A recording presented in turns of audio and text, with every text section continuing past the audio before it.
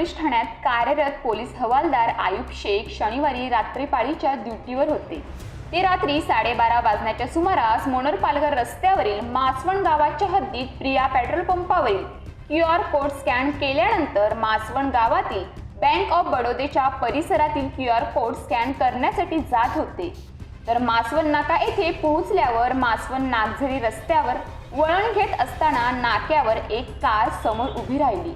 रस्ता अडवल्याने पोलीस हवालदार आयुब शेख यांनी कार चालकाला कार बाजूला करण्याची विनंती केली होती।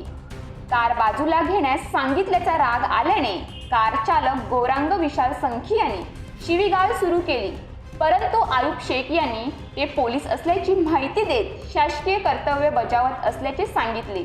त्यानंतरही गौरांग संखी यांनी कारमधून लोखंडी पाईप काढत हवालदार आयुब शेख यांना मारहाण करून दुखापत केली। या प्रकरणी पोलीस हवालदार आयुब शेख यांनी दिलेल्या फिर्यादीवरून आरोपी गौरांग संखी यांच्या विरोधात शासकीय कामात अडथळा निर्माण केल्याचा गुन्हा दाखल करण्यात आला आहे। त्याला भारतीय दंड संहिता 353, 324, 323, 504 आणि 506 कलमान्वये अटक करण्यात आली असून न्यायालयात हजर करण्यात आले आहे। तर मनोर पोलीस स्टेशनचे कर्तव्यदक्ष पोलीस निरीक्षक शिवरकर साहेब काय कठोर भूमिका घेतात याकडे पोलिसांसकट सर्व जनतेचे लक्ष लागून आहे।